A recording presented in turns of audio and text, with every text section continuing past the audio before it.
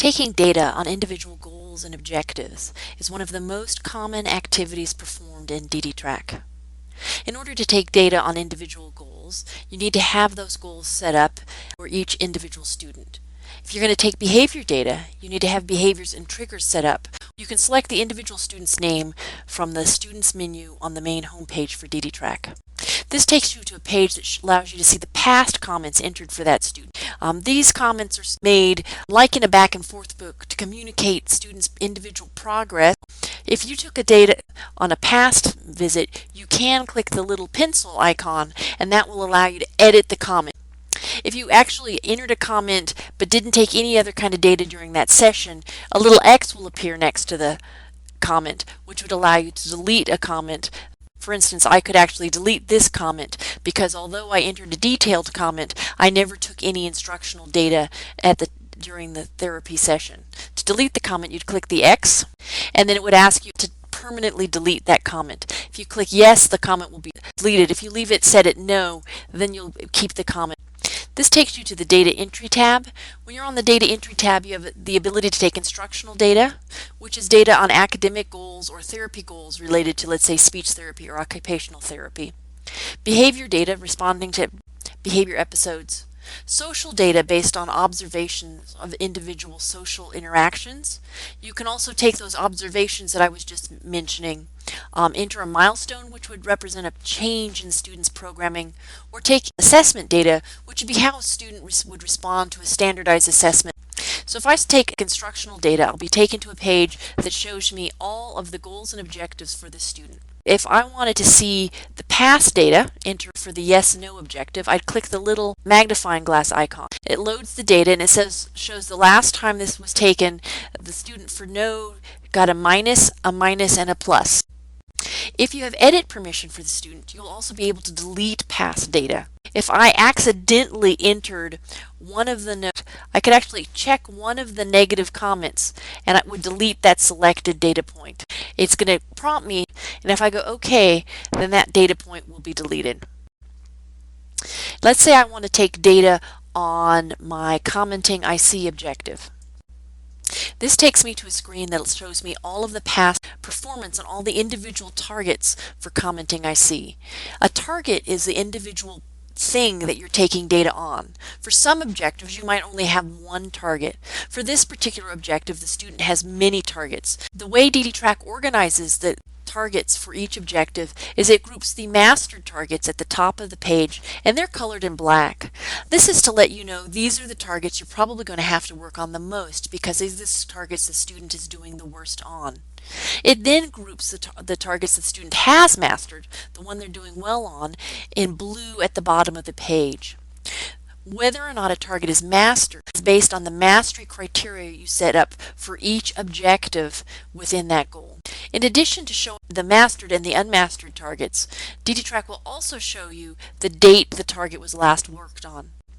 This is a correct-incorrect data collection type, and I'm going to check correct for fence and incorrect for stairs.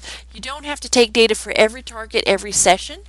You also have the ability to take a comment at the bottom of the page, which just describes the student's overall demeanor when completing this particular objective. You click Update Data, you're taken back to another page that says, okay, on commenting I see, and it's checked off, indicating that you just worked on this particular objective. There are many data collection types in Ddtrac. I'm not going to go through all of them, but another one is if I take computer, this has a drop-down list. Will allow me to enter data related to the number of prompts or the type of prompt I had to give in order to get the student to accomplish this objective. So for example, if I had to give a visual prompt, I could also have to do a gesture prompt. And then again, I can enter my comment, struggling, and click Update Data. And again, this one is now checked off. If I click the End Session button at the bottom of the page, it will take me to the observation data entry page, which will allow me to enter those observation comments that you share between therapists and instructors and parents. So ideally you want to enter a long comment surrounding how the student did this day to enable another therapist working with the student to say, no, what was working and what was not. So So for example, I would say he had difficulty in computer today because he wasn't paying attention, and I gave a recommendation to the next therapist. It's also a good idea to label your post so that it's tagged, and I can then look at all of the posts labeled difficult to see if there's any patterns that I can discern about the days that the student had difficulty.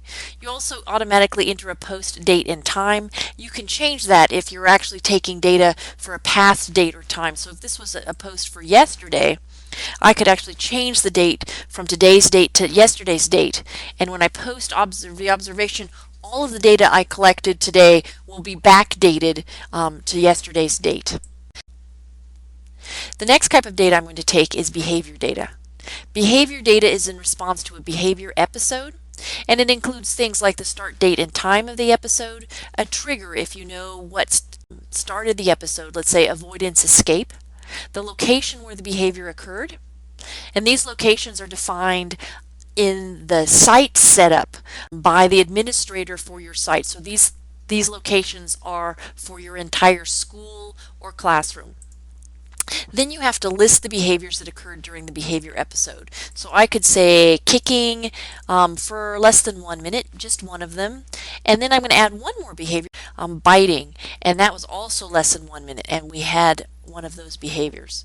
I had to do a divert his attention to work on avoiding the behavior episode. I tried that for 2 minutes. It didn't work very well, so I performed a calming exercise for 5 minutes to get him to calm down.